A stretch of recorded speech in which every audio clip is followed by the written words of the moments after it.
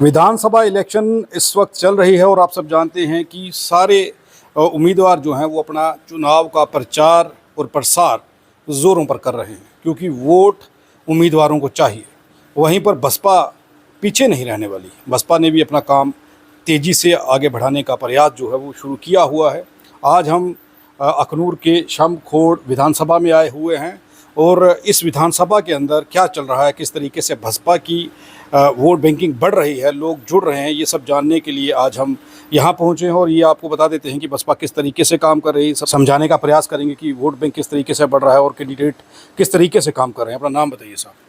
तो सर, मैं मलकीत कुमार वर्मा सांब कॉन्स्टिट्यूंसी से हूँ और सांब कॉन्स्टिट्यूंसी से मैं इलेक्शन लड़ रहा हूँ और बीएसपी बहुजन समाज पार्टी का उम्मीदवार हूँ।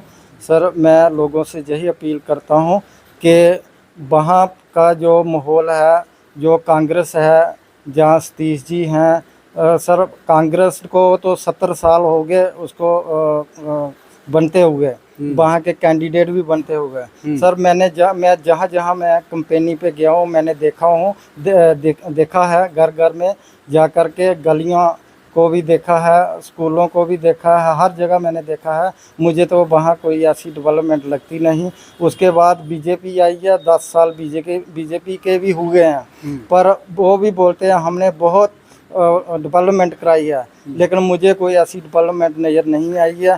तो बाकी मैं यहाँ खोर कॉन्स्टिट्यूंसी से बीएसपी बहुजन समाज पार्टी का कैंडिडेट, अगर आप मुझे बढ़ चढ़ करके सपोर्ट करोगे, खासकर यूथ है, उनका जो अनएम्प्लॉयमेंट इतना बढ़ चुका है कि जितने भी डिपार्टमेंट हैं, एजुकेशन डिपार्टमेंट है या एग्रीकल्चर है या कोई अदर डिपार्टमेंट, उनमें से कोई इतनी वैकेंसी है, आज तक वो वैकेंसी भी नहीं निकाली गई है। ग्रेजुएट बीए लड़के जो हमारी बहनें, वो सभी घर में बैठी हुई हैं। हम अगर यूथ सामने आएगा, हमारे साथ यूथ आएगा, हमारे साथ चलेगा, हम यूथ की जो समस्याएं हैं वो आगे लेकर के जाएंगे। सबसे पहले आपके बारे में जान लेते हैं थोड़ा सा, क्योंकि आप इस विधानसभा के उम्मीदवार हैं। लोगों को थोड़ा सा आपसे परिचित करवाते हैं। पहले आपके बारे में जान लेते हैं, काम करेंगे इस पर भी आएंगे। पहले थोड़ा सा अपने बारे में बताइए, कब से बसपा के साथ जुड़े हैं और बसपा के साथ जुड़ने का सबसे बड़ा रीज़न क्या था, क्यों बसपा ही आपने चुनी? लोग भाजपा के पीछे भाग रहे हैं, कांग्रेस के पीछे भाग रहे हैं, बसपा को चुनने का और बसपा के साथ चलने का फैसला क्यों किया आपने? सर, मैं बसपा से 3 साल से जुड़ा हूँ, पर सबसे पहले मैं विश्वकर्मा सभा, हमारी विश्वकर्मा सभा है, मैं विश्वकर्मा सभा से जुड़ा हूँ।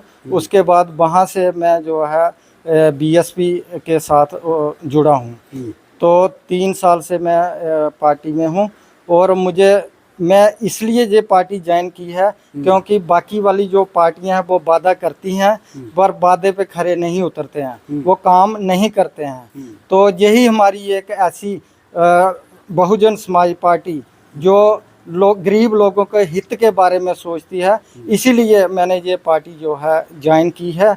और मैं सभी अखोड़ संब निवासी जो हैं उनसे अपील करता हूँ कि वो सामने आएँ और हमारी जो बहुजन समाज पार्टी है इसके साथ बढ़ चढ़ कर साथ दें और हमें कामयाब करें। और जो भी आपकी जो समस्या होंगे वो उसको आपकी जितनी समस्याएं हैं वो उसको हल कराने की कोशिश करेंगे। और जो अपना डेली वेजर हैं, डेली वेजरों को 2008 से वो लगे हुए हैं, आज तक उनकी कोई सुनवाई नहीं हुई है। कई लोग तो 60 साल भी हो गए तो रिटायर आ गए, उनको कोई बकाया कोई कुछ नहीं मिला है। उनको अब 4000 से 9000 रुपया जो सैलरी दी जाती है, हम उनको पक्का करने की कोशिश करेंगे। और भी जो पीएचई डिपार्टमेंट है या कोई अदर अन्य डिपार्टमेंट है, सभी डेली वेजरों को पक्का करने की कोशिश करेंगे। आपका जो इलाका है ये ग्रामीण क्षेत्र है, बॉर्डर ज़्यादा दूर नहीं है। सबसे ज़्यादा समस्या इन लोगों की क्या है जो ये लोग आपके साथ डिस्कस करते हैं, ये आपको बताते हैं, जो पहले वाली सरकार या उससे पहले वाली सरकार ने नहीं किया और इन लोगों की बात को नहीं सुना, उसके बाद अब आप इनके पास जा रहे हैं, लोग क्या कह रहे हैं? सर, आए दिन सर वो ये संब एरिया जो है ये बॉर्डर पर है। सर 20 किलोमीटर खोड़ है और बाकी वाले गाँव हैं जो बिल्कुल नज़दीक हैं, बॉर्डर के बिल्कुल नहीं है। आए दिन वहाँ पे शेलिंग होती रहती है, आए दिन वहाँ से गोली आती है, बेचारे डिस्टर्ब रहते हैं। के बाद भाग के बेचारे इधर आए, उसके बाद दोबारा सेलिंग हुई, फिर इधर उनको 5-5 मरले का प्लाट दिया गया, इधर रहे। लेकिन उनके घर बार मकान जो उधर थे वो बेघर हो गए। और उनके लिए क्या करेंगे आप, जो लोग विस्थापित हैं, जो लोग बेघर हुए, जो यहाँ पर आकर के बसे हैं आज तक, उनके लिए कुछ हुआ? पिछली सरकारों ने कुछ किया? अगर नहीं किया तो आप क्या कर सकते हैं? सर, पिछली सरकारों ने मुझे तो लगता नहीं कुछ किया, लेकिन हमारी ही ऐसी पार्टी है बहन जी मायावती जी, वो कहती हैं कि हम बराबर की हिस्सेदारी देंगे और बराबर लोगों को देखेंगे, कोई जाति भेदभाव नहीं रखेंगे। इधर जितनी भी पार्टियां हैं वो भेदभाव से लोगों को गुमराह करके वोट लेती रही है और उनके जो मसलों पे वो ठीक नहीं उतर रही है, लेकिन वोट ले जाते हैं। लेकिन आज भी SC ST OBC समाज को पीछे रखने की कोशिश है और जो बड़े उच्च वर्ग के लोग हैं वो अभी भी हमारी जो पिछड़ी जाति हैं उनको दबा कर रखे हैं। लेकिन मैं कहता हूँ पता नहीं क्यों इन लोगों को कब जागृति आएगी, इनको सामने आना चाहिए, सामने आकर के बढ़ चढ़ के अपनी BSP बहुजन समाज पार्टी के जो आपके कॉन्स्टिट्यूंसी में खड़े हैं उनके साथ कंधे से कंधा मिला करके आएँ और उनको सपोर्ट करें और उसको कामयाब करें। अच्छा, जब आप लोगों में जा रहे हैं, लोग क्या कह रहे हैं कि आपको वोट क्यों देंगे, क्यों बसपा के साथ चलेंगे? ये आखिरी सवाल है मेरा। सर, मैं जहाँ भी गया हूँ, मैं घर घर भी गया हूँ और मीटिंगें भी की हैं, तो लोगों का यही कहना है, लोग तंग आ चुके हैं। कितने गांव घूम लिए अभी तक? सर, अभी तो मैंने कोई 15-20 घूम चुका हूँ। तो अभी आप क्या करेंगे? सपोज करिए लोग आपको वोट देते हैं, जिता देते हैं, फिर क्या करेंगे?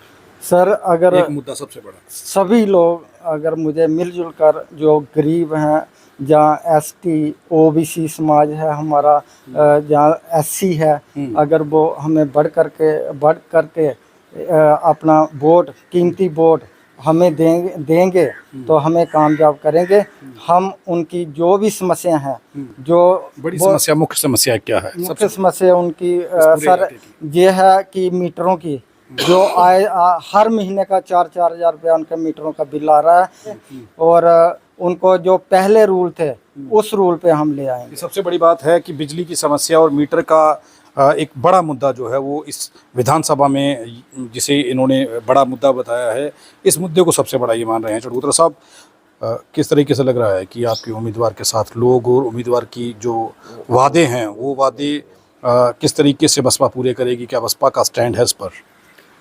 संसार जी, बेसिकली हम सुबह से आज इनके साथ शाम कॉन्स्टिट्यूंसी में घूम रहे हैं और लोगों का रुझान बसपा की तरफ बहुत ज़्यादा है, क्योंकि लोगों के बीच में अब ये एक मैसेज जा रहा है कि हमने एक लंबा अरसा जो है वो कांग्रेस को दिया, उसके बाद भारतीय जनता पार्टी भी रही, कि लोगों की आकांक्षाओं पर वो ये दोनों पार्टियां खरी नहीं उतरी हैं। और जहाँ तक पार्टी की बहुजन समाज पार्टी की बात है, तो हम तो यही कहते हैं कि हम जिस दिन भी सत्ता में आएंगे, जिस दिन भी हमारे ये साथी विधायक बनेंगे, उस दिन से ही हम कॉन्स्टिट्यूशन को प्रॉपर लागू करेंगे, क्योंकि कॉन्स्टिट्यूशनल राइट है बिजली, पानी, एजुकेशन, ये जो कॉन्स्टिट्यूशनल राइट है हम कॉन्स्टिट्यूशन को पूरे तरीके से लागू कर देंगे। और फिर हमारे समाज की कम से कम ये जो प्रॉब्लम्स रही हैं, जो बेसिक नेसेसिटीज़ हैं, जो ये सरकारें देने में नाकाम रही हैं, तो उनको पूरा करने का हम प्रयास पूर्ण तौर पर कॉन्स्टिट्यूशन जो है, संविधान लागू करेंगे आप, ये आप कह रहे हैं। जनरल सेक्रेटरी साहब हैं, जनरल सेक्रेटरी साहब, आज आप पूरा दिन इस विधानसभा में रहे, आपकी टीम यहाँ पर है, आपके उम्मीदवार भी आपके साथ हैं। उम्मीदवार ने कहा है कि सबसे बड़ी समस्या यहाँ पर जो है, मुद्दा है, वो है स्मार्ट मीटर्स।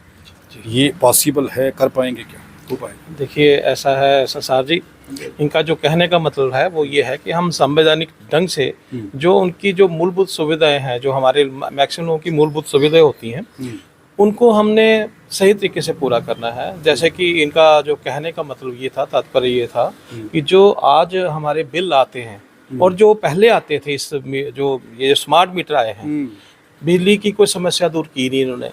तारे इन्होंने लगा दी, फ्लक्चुएशन आज भी वैसी ही है, बुरी हालत है, गर्मी में बिजली आती नहीं, आप हमें भी देखोगे पसीने से इस पर बुरी हालत है हमारी। तो इनका जो कहने का तात्पर्य ये है कि जैसे पुराने टाइम पे जो बिल आते थे हमारे, एक गरीब इंसान भी जो बिजली का बिल बड़ी आसानी से दे पाता था, 50 रुपये, 100 रुपये, 150 रुपये मूलभूत पे इतना ही बिल आता था। लेकिन आज वही गरीब इंसान जो 200 रुपये दिहाड़ी लगाता है, उसका अगर 500 या 1000 रुपया बिल आता है, वो कहाँ से बिल देगा? बुरी हालत है लोगों की। इनका कहने का तात्पर्य ये था कि अगर ऐसी कंडीशन आती है तो हम वही पुरानी जो सुविधा है, पुरानी जो हमें जो फैसिलिटी मिलती थी, हम वो फैसिलिटी को द्वारा उसके लिए तो फिर 370 धारा वापस लानी पड़ेगी, क्योंकि तभी वो चीज़ें मिल सकती हैं, वरना ये पॉसिबल नहीं है, क्योंकि जो रेट बिजली का दूसरी स्टेटों में है वही रेट आपको मिलेगा यहाँ। देखिए संसार जी, 370 तो बहुत पुरानी बात होगी, उसको तो हम उसके बारे में बात ही नहीं करेंगे, क्योंकि 370 अब पुरानी बातें हैं, वो हमारे J&K स्टेट में अब उसकी चर्चा भी नहीं होती। लेकिन हम एक सबसे बड़ी बात कहते हैं कि हमें स्टेटहुड दे दें। हमें स्टेटहुड नहीं दी जा रही। आज हमें स्टेटहुड दे दें तो हमारी जो पुरानी सुविधाएं सारी वापस हो जाएंगी। हमारे से स्टेटहुड छीन ली गई, हमें बाप से बेटा बना दिया गया। अब आप खुद समझिए, जब बाप को बेटा बना दिया जाएगा तो उसको वो जो मूलभूत सुविधाएं थी जो बाप को दी गई थी, वो बेटे को कहाँ मिलेंगी? मतलब चक्कर उल्टा चल गया, उल्टा चल गया। हम कहते हैं कि हमें द्वारा वो जो हमारे को स्टेट दी थी, स्टेटहुड थी, जम्मू कश्मीर को जो पूरा रियासत का जो दर्जा दिया गया था, वो अब हमें दे दे, हम सब कुछ ठीक कर लेंगे, हम अपना सीएम बना लेंगे। मलकीत कुमार वर्मा जो बसपा के उम्मीदवार हैं, उनका ये जो कहना है, इस चीज़ को आपको समझना होगा। ये बड़ी सोचने और विचारने वाली बात है। आम पब्लिक से जुड़े हुए मुद्दों पर चर्चा करना, जिसे बड़े नेता या बड़ी पार्टियां जो खुद को कहते हैं, वो इस पर बात करना ठीक नहीं समझते। उन लोगों ने ये ज़रूर कहा है कि आप लोगों की पेंशन बढ़ा दी जाएगी, बुज़ुर्गों की पेंशन बढ़ा दी जाएगी, जो भी वादे उन्होंने किए हैं। लेकिन अगर पेंशन 3000 होती है, इससे ये ज़ाहिर हो रहा है कि बिजली का बिल जो है वो भी महंगा होने को होगा, उसके भी रेट बढ़ने वाले होंगे, बाकी भी चीज़ें महंगी होने वाली हैं। हम किसी भी प्रकार का कोई विज्ञापन नहीं लेते हैं, हम आज़ाद पत्रकारिता करते हैं। अगर आप चाहते हैं कि आज़ाद पत्रकारिता ज़िंदा रहे तो RTI इंडिया न्यूज़ का आर्थिक सहयोग करें।